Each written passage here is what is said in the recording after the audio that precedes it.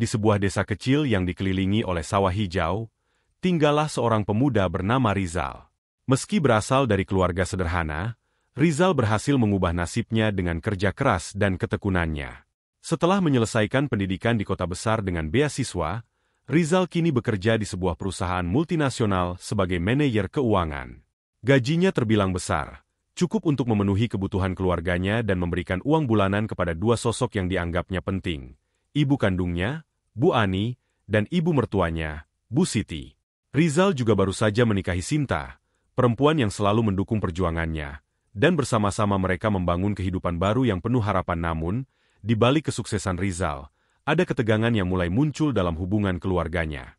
Meski ia selalu berusaha adil, keputusan Rizal memberikan uang bulanan lebih besar kepada Bu Siti memicu rasa iri dan amarah di hati Bu Ani. Sebagai ibu kandung, Bu Ani merasa terluka dan tidak dihargai. Ia merasa bahwa Rizal telah melupakan jasanya sebagai ibu yang telah melahirkan dan membesarkannya. Perasaan ini terus menggerogoti hati Bu Ani, hingga akhirnya ia memutuskan untuk mengungkapkan kekesalannya kepada Rizal saat anak laki-lakinya itu pulang ke rumah.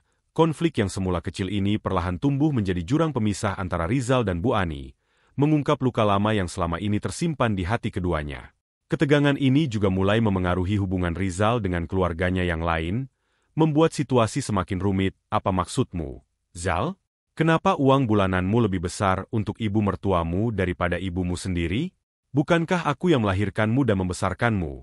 Tanya Bu Ani dengan nada penuh emosi ketika Rizal pulang ke rumahnya. Rizal terdiam sejenak, menarik napas panjang sebelum menjawab. Bu, aku tahu ini mungkin mengecewakan. Tapi, aku punya alasan. Apa alasanmu? Apa aku ini bukan ibumu lagi?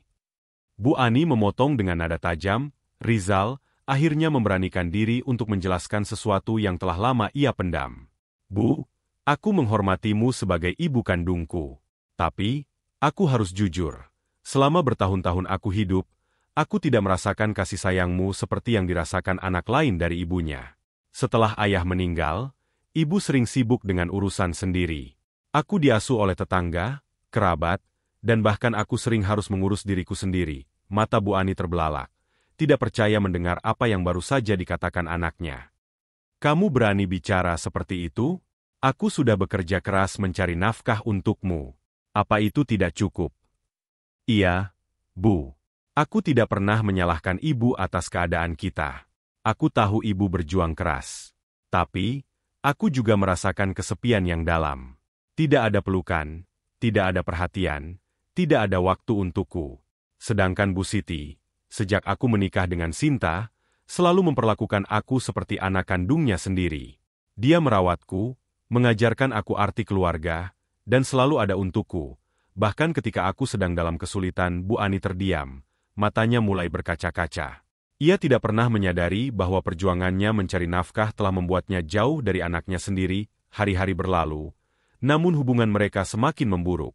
Bu Ani sering melontarkan kata-kata pedas setiap kali Rizal datang, dan Rizal memilih untuk menghindar. Situasi ini membuat hati Sinta hancur karena ia ingin hubungan suaminya dengan ibu kandungnya membaik. Di tengah konflik yang semakin memanas antara Rizal dan Bu Ani, Sinta, sebagai istri, merasa perlu turun tangan. Ia tidak tega melihat suaminya semakin menjauh dari ibu kandungnya, sementara Bu Ani terus memendam amarah dan kekecewaan. Setelah berpikir panjang, Sinta memutuskan untuk mengundang Bu Ani ke rumah mereka untuk duduk bersama dan berbicara dari hati ke hati. Pada suatu sore, Sinta menemui Bu Ani di rumahnya. Dengan nada lembut, ia berkata, Bu, saya tahu ibu sedang kecewa dengan Rizal. Saya juga tahu situasi ini sulit untuk ibu dan Rizal. Tapi mungkin sekarang waktunya kita semua saling bicara dan mendengarkan. Besok, kalau ibu tidak sibuk, saya ingin mengundang ibu ke rumah untuk duduk bersama kami. Tidak perlu khawatir. Saya hanya ingin kita menyelesaikan ini dengan baik. Bu Ani awalnya enggan. Harga dirinya terasa terusik, dan ia merasa belum siap mendengar penjelasan Rizal yang mungkin hanya akan menyakitinya lebih dalam. Namun, Sinta terus meyakinkannya dengan penuh kesabaran. Bu, Rizal sebenarnya sangat menghormati ibu. Tapi saya tahu ada hal-hal yang perlu ibu dan Rizal bicarakan. Ini bukan tentang uang semata, Bu, tapi tentang perasaan yang sudah lama terpendam. Setelah berpikir panjang, Bu Ani akhirnya setuju.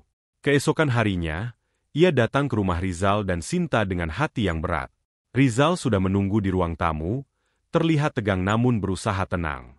Sinta menemani mereka, duduk di tengah sebagai penengah. Bu, terima kasih sudah datang, ujar Rizal memulai pembicaraan. Saya tahu ibu marah, kecewa, bahkan mungkin merasa saya tidak menghormati ibu.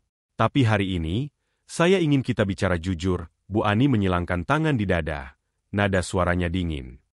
Apalagi yang mau dibicarakan? Jal? Ibu hanya ingin tahu, apa salah ibu sampai kamu lebih memilih orang lain daripada ibumu sendiri? Rizal menarik napas panjang, menatap ibunya dengan mata yang penuh haru. Bu, saya tidak pernah memilih orang lain. Saya menghormati ibu sebagai ibu kandung saya. Tapi ada sesuatu yang selama ini saya pendam. Sesuatu yang selalu saya coba lupakan, tapi sulit. Bu, selama bertahun-tahun, saya merasa jauh dari ibu. Setelah ayah meninggal, saya sering merasa sendirian. Ibu sibuk bekerja, dan saya memahami itu. Tapi di sisi lain, saya juga merindukan kasih sayang ibu. Mata Bu Ani berkaca-kaca, tapi ia tetap mencoba menahan diri. Kamu bilang ibu tidak sayang sama kamu?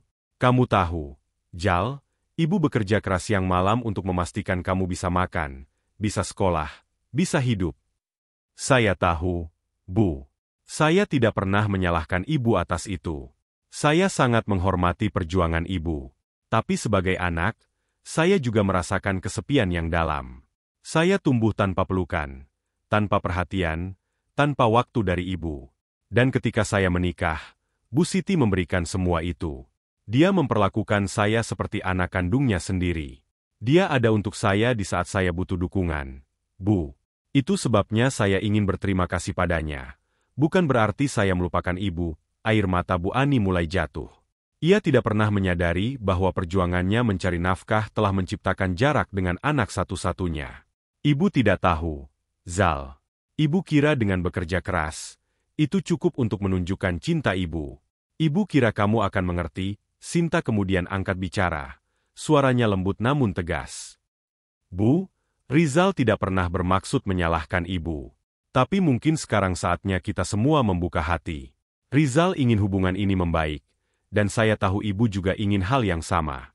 Mungkin selama ini ada luka yang tidak pernah disembuhkan. Tapi tidak ada kata terlambat untuk memperbaikinya. Percakapan itu berlangsung lama. Penuh dengan tangis dan kejujuran. Bu Ani mulai melihat dari sudut pandang Rizal. Dan Rizal juga berusaha memaafkan masa lalu.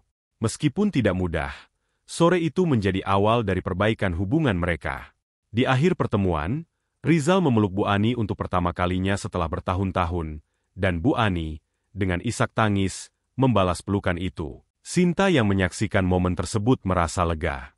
Ia tahu perjalanan untuk menyembuhkan luka ini masih panjang, tapi sore itu menjadi titik terang yang selama ini mereka butuhkan. Malam itu menjadi awal dari perbaikan hubungan mereka.